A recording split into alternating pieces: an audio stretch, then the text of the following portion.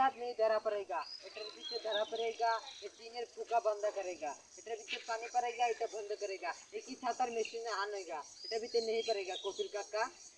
এ সাইডেন এ সাদি ছয়শো নিরানব্বই ইংলে বুঝে গেছে এ লাগাও শীত কল আমি কি বলছি কালকে তুমি তো বাড়াবাড়ি করছো কি জন্য আমি বুঝলাম না তোমরা হলে বাঙালি মূর্খ জাতি দেখছো ওটা কি আছে ডিএসএল ক্যামেরা তাদের আব্বারের মতো জুম করে দেখা যায়